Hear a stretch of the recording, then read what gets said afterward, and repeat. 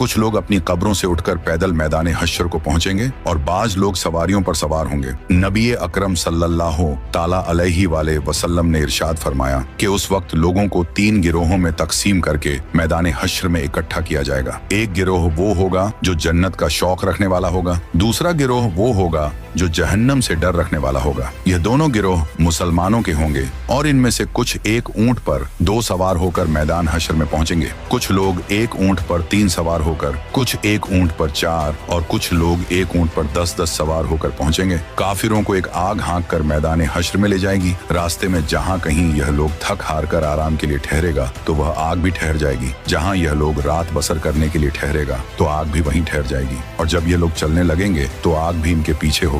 और उनमें से कुछ लोग अंधे और बहरे होने के बावजूद मुंह के बल चलकर मैदान हश्र में पहुंचेंगे। हजरत अनस बिन मालिक रजी अल्लाह ताला अन्हु से रिवायत है कि एक आदमी ने अर्ज किया, ऐ अल्लाह के नबी, काफिर अपने मुंह के बल कैसे चलाया जाएगा? तो हुजूर अलसलातो सलाम ने इरशाद फरमाया, वह जात जो 2 पांव पर चला सकती है, क्या वह इस बात पर कादिर नहीं कि कयामत के रोज उसे मुंह के बल चला दें? और कुछ लोगों को तो फरिश्ते मुंह के बल घसीट कर मैदान हश्र में लाएंगे और इस तरह अल्लाह तबारक व ताला मैदान हश्र में इस तरह सारी मखलूक को इकट्ठा करेगा कि एक फर्द भी बाकी नहीं बचेगा। और एक रिवायत के मुताबिक शाम का इलाका मैदान हश्र होगा, जबकि दूसरी रिवायत के मुताबिक मैदान अरफात ही मैदान हश्र होगा। मैदान हश्र के जमीन व आसमान हमारे मौजूदा जमीन व आसमान के अलावा नए तखक शुदा जमीन व आसमान होंगे। नई जमीन हर तरह के फितनों, फज और जुल्म से पाक होगी और उस दिन जमीन अल्लाह रब्बुल इज्जत के नूर से चमक रही होगी। लोग चमकदार खाकिस्तरी रंग की साफ सुथरी जमीन पर इकट्ठे किए जाएंगे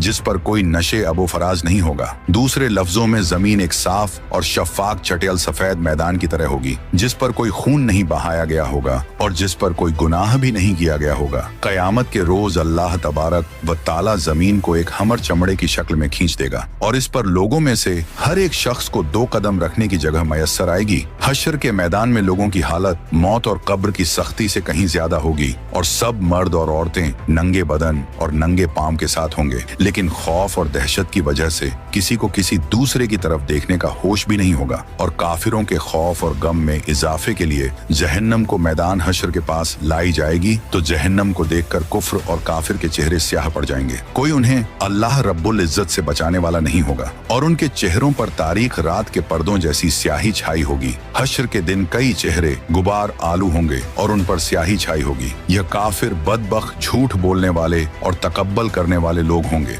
क्योंकि महशर की मैदान में सूरज 10 गुना ज्यादा तेज होगा और हर आदमी को यूं महसूस होगा कि सूरज जमीन से कुछ गज के फासले पर है। धूप की सख्ती की वजह से लोग